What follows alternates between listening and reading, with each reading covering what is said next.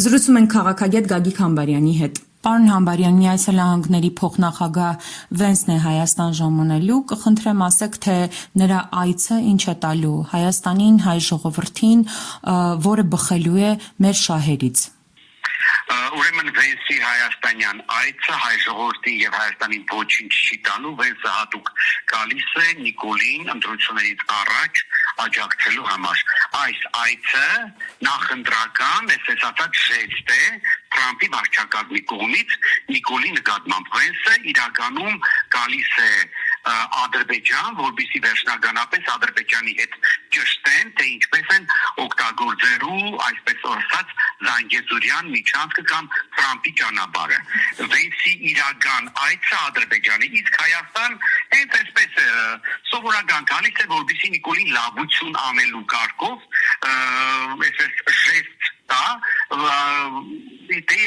թավով պետք է արձանագրենք, որ արևմուտքում շատ լավ սերդել են էլի մեր հասարակության տրամադրությունը, մեր հասարակության վերաբերմունքը եւ շատ հմտորեն օգտագործում են։ Եվ Վենսի այցը այդ տեսանկյունից պետք է նայել։ Հայաստանի Հանրապետությանը Վենսի այցը ոչինչ չի տալու։ Վենսի այցը հատուկ կրկնում եմ Նիկոլի համար է։ Սա նախընտրական այց է։ Պարոն Համբարյան, այնուամենայնիվ մարդկանց մոտ հույսեր կան, որ եթե գա, եթե այդ խաղաղության օրակարգը կնքվի, ուրեմն նույնիսկ մեր գերիները կվերադառնան, այսինքն այս բոլոր հույսերը իջիկ են դառնում Վենսի Հայաստան այցի հետ կապված։ Ուրեմն ինչ վերաբերում է գերիների հետ վերադարձին, ապա պետք է նշել, որ չի բացառվում, որ դա տեղի ունենա ավելի մոտ ընտրություններին։ Չի բացառվում, որովհետև նույն ԱՄՆ-ն եւ Արևմուտքը, որոնք այս պահին շատ շահագրգռված են Նիկոլի վերարտադրման համար եւ նույն թուրք-ադրբեջանական տանդեմը ամենակարևորը, որովհետև Թուրքիայի եւ Ադրբեջանի համար Նիկոլի վերընտրվելը օդ ու ջրի նման է անհրաժեշտ եւ չի բացառվում, որ հենց իրանք ավելի շատ նախաձեռնությամբ հանդես գան այդ գերիներին նվիրեն Նիկոլին, որպեսզի Նիկոլը որպես հերոս իր ընտրացանկվածի առաջ հանդես գա եւ նշի, որ տեսեք, ես բերեցի նույնիսկ այն գերիներին, որոնց մասին ընդդիմությունը մինչև հիմա խոսում էր, որ ես չեմ կարող բերել։ Վենսի այցը բացարձակ կապ չունի գերիների հետ։ Այսինքն խոսքը նաեւ Արցախի ռազմաքաղաքական ղեկավարության մասին է։ Այո, ես մտածում եմ, որ նրանց կհանձնեն Հայաստանի Հանրապետությանը ավելի մոտ ընտրություններին, ենթադրաբար մարտի վերջ, ապրիլի սկիզբ կամ նույնիսկ մայիս ամսին, որպեսզի այդ ազդեցությունը տակ լինի, ինչպես ասում են։ Ես չեմ կարծում, որ Ադրբեջանից շատ ինչ-որ մեկը շահագրգռված լինի, որ Նիկոլը վերընտրվի։ Իսկ գերիների նվիրելը Նիկոլին դա ամբողջությամբ եւ Նիկոլի վերարտադրվելը այդ գերիների նվիրելը օգտագործելով ամբողջությամբ տեղավորվում է Բաքվի եւ Անկարայի արտաքին քաղաքական շահերի հետ։ Իհարկե ես նաև նշեմ, որ այդ ամեն ինչը անվճար չի լինելու, Աստված ոչանի, եթե հանկարծ Նիկոլը վերընտրվեց, ուրեմն դուք պատկերացրեք, թե ինչեր է վճարելու Հայաստանի Հանրապետությունը եւ հայ ժողովուրդը Ադրբեջանին այս մի քանի ամիս կամ մոտ 1 տարի չագերտավորացած խաղաղության համար։ Ինչ վերաբերում է Արցախի ռազմաքաղաքական ղեկավարության ամբողջական հանձնմանը, ես համոզված եմ, որ Ռուբեն Վարդանյանին չեն տալու, որովհետև ինքը առանձին է դիտարկվում Բաքվի կողմից, որպես խաղաթուղթ, թե ում եւ ում հետ է Բաքուն Ռուբեն Վարդանյանի խաղաթուղթը օգտագործելու ես այս պահին չեմ կարողացել, բայց Ռուբեն Վարդանյանին չեն տա, իսկ մյուսների պարագայում հավանականությունը շատ մեծ է, որ կտան։ Եթե ոչ բոլորին, ապա մեծ մասին հաստատ կտան, որպեսզի Նիկոլը վերարտադրվի։ Եվ այսպես կոչված Արցախի ռազմաքաղաքական պատանդարուների հետ վերադարձը Նիկոլը մաքսիմալ օգտագործի իր օգտին, իրեն ձայներ բերելու համար։ Պարոն Համբարյան, նայեք, մեր ունեցած այս իրավիճակում Նիկոլ Փաշինյանը իր կինը այսպես ուրիշ օրակարգեր են, հա, կողքից նաև փորձում թելադրել, օրինակ գիրք կարդալու մասով։ Նախորդին Նիկոլ Փաշինյանը հայոց պատմության 3-րդ հատորով հոլովակ էր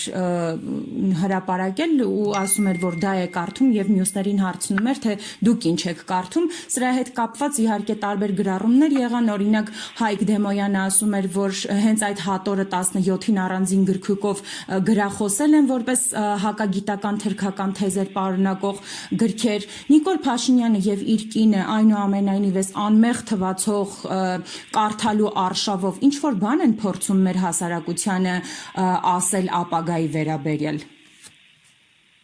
Նախ ամենաառաջինը բերեք ճիշտ ենք, որ Հայկ Դեմոյանի դիտարկումը այդ 3-րդ հատորի պահով լիովին համապատասխանում է իրականությանը, դա հագագիտական, հագահայկական աշխատություն է եւ Նիկոլը պատահական չէ, որ դա գովազդում է։ Դուք նաեւ դրա մեջ գովազդ տեսեք, այսինքն ինքը գովազդում է թրքամետ հագահայկական գաղափարներ, որոնք տպագրվել են իր կառավարման օրոք եւ իր անմիջական հովանավորությամբ իր կրբանային կրեթե գիտնականների, պատմաբանների կողմից։ Ինչ վերաբերվում է ընդհանուր առմամբ նրանց այդ վարկածին, նրանք այո, դուք շատ ճիշտ նկատեցիք, նրանք ոչինչ պատահական չեն անում։ Դուք մոռանում եք Էյնշտեյնի դեմքով շապիկը, գիրքը եւ դրանից հետո Արցախի հայաթափումը։ Նրանք ոչինչ պատահական չեն անում։ Բայց ես խորհուրդ կտամ, գիտեք ինչ, այդ երկուսին ամեն դեպքում ինչքան էլ իրենք այդ գիրք կարդան, միևնույն է կմնան նույն թերուսը, նույն անկրակետը, տեսակ ասենք Վահագն Ալեքսանյանը ասում է Էֆելյան աշտարակը կառուցվել է 1930-ական թվականներին, ասենք փոխանակ իրենք իրանց կարգառուն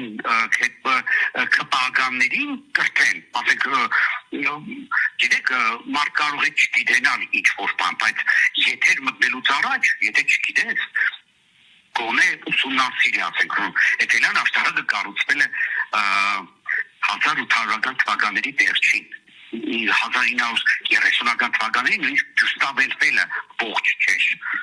23 թվականի 91 տարեկան հասակում մահացել է, ասենք իրանք իրենց այդ անկրագետներին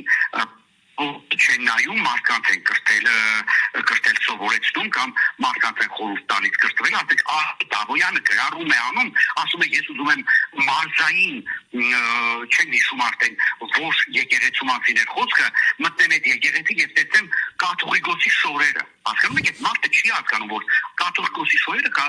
կարող են միայն վեհարանում լինել, որտեղ ապրում է կաթողիկոսը, կաթողիկոսի շորերը չի կարող լինել մարզային ինչ-որ եկեղեցու։ Սա է խնդիրը, որ իրենք ունենալով բացահայտ, անկիրթ եւ տգետ թիմ մարդկանց են կրտում, թե գիտեք արդեն ծիծաղել է, մարդ բարձրագույն կրթություն չունի, մարդը բարձրագույն կրթություն չունի 21-րդ դարում, իրեն երևակայում է, որ ինքը շատ կրթված է եւ մյուսներին է կրթում, այն մեր ողբերգությունը հենց սրանում է։ Գիտեք, ես որպես պատմաբան կարող եմ ասենք չիմանալը որևիցե բան ամոթ չէ, եթե դա դուք եք, ես եմ, որոնց մեզանից Հայաստանի Հանրապետության ռեյտինգը, իմիջը, վարկանիշը, ներքին եւ արտաքին քաղաքականությունը կախված չենք, սովորական քաղաքացիներ ենք, ամեն մեկը զբաղվում ենք մեր գործով, բայց երբ որ մեր երկրի վարչապետը ազգային ժողովի ամբիոնից արգաբերում է բացահայտ ապուշություն, ասենք ասում է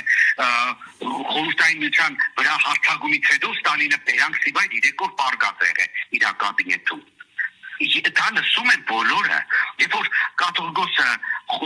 առաջարկում է իր սեռական օրգանը ցույց տալ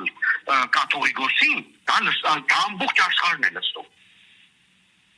Եվ մենք դրանով հայտարարում ենք ու այդ մարդը, որ այս մագարտակի գիտելիքներ ունի, ասենք չի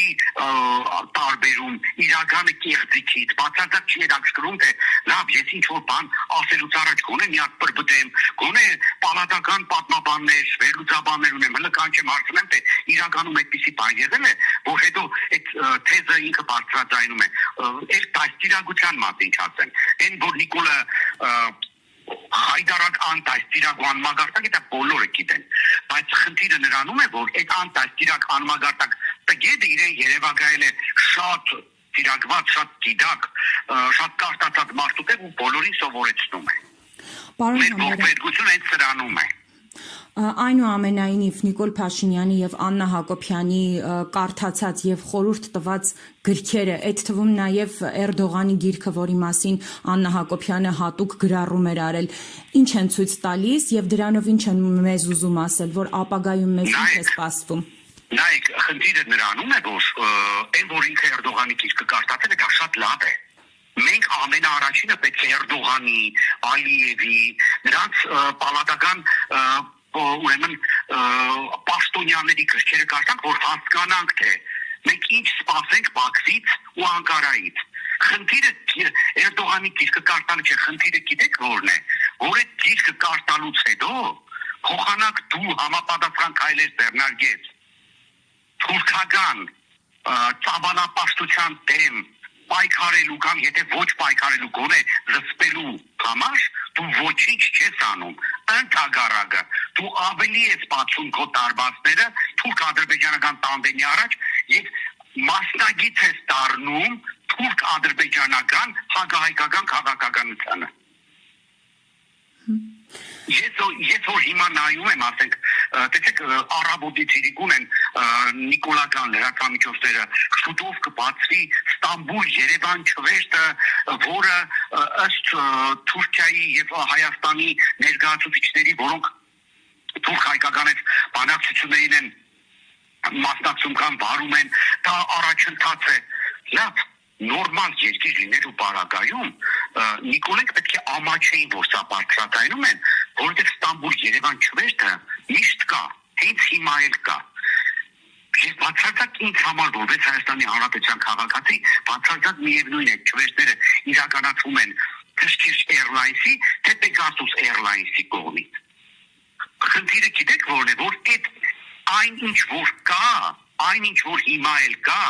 նույն Նիկոլը, Էրդողանը եւ Ալիևը փորձում են հայ ժողովրդի վրա ծախել թանկ գնով։ Ասենք հայ-թուրքական սահմանը մարտի 1-ից բացվելու է երրորդ երկրի ներկայացուցիչների համար։ Ինձ ինչ, ձեզ ինչ, եթե ես եւ դուք չեք կարողանալու ազատ Մարկարայից կամ Ախուրիից գնալ համապատասխանաբար Իգդիր եւ Կարս եւ տեսնել մեր պատմական հայրենիքը, ինձ համար բացարձակ միևնույն է, ասենք Ֆիլիպինի քաղաքացին հադում է Մարկարան գալիս է Երևան կամ ասենք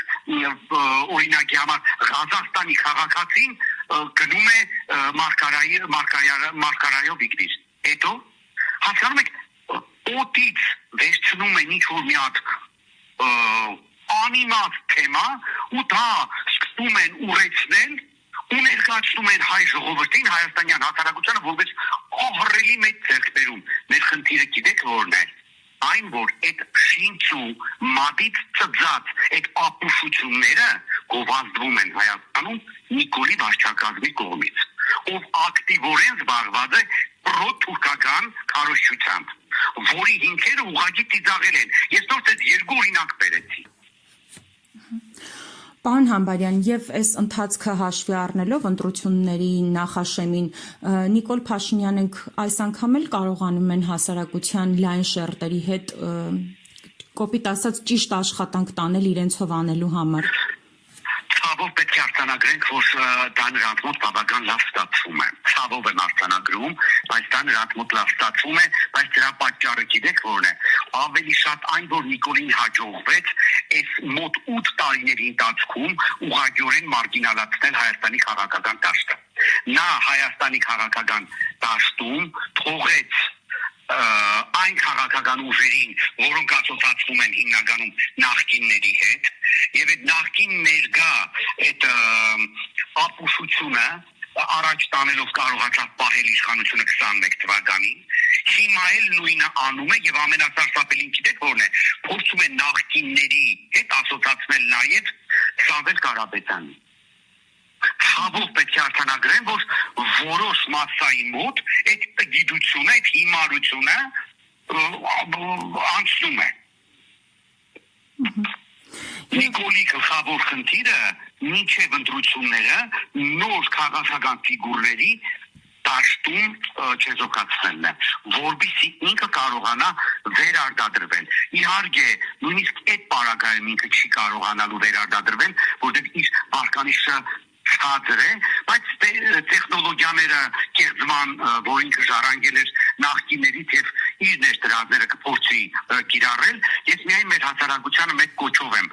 դիմելու, նաեւ ձեր միջոցով, որովհետեւ ինչքան հնարավոր է շատ մարդիկ մասնակցեն ընտրություններին, որքան շատ մարդիկ մասնակցեն ընտրություններին, այնքան Նիկոլի կեղծարարական մեխանիզմները ավելի թույլ են գործելու։ Դրա բար օրինակը Գյումրիի ընտրություններն են։ Եվ իրենք էլ ասեմ թե բացահայտեցին, որ եթե իրենց ծրագրերով գնար, այսինքն Գյումրիում 35,000, 34,000 ընտրող գնային ընտրության, իրանք կհաղթեին եւ իրենց սատելիտ այն եվրոպամետները կհաղթեին։ Շատ ընտրության պարագայում բոնուսներով նույնիսկ նրանք հազիվ հավաքեցին 37% Գյումրիում, իսկ նրանց սատելիտներն էլ դուրս մնացին ավականոց։ Հիմա գրեթե նույն այդ մեխանիզմը գործելու է նաեւ ազգային ժողովի ընտրությունների ժամանակ։ Շնորհակալ եմ մեկնաբանության համար։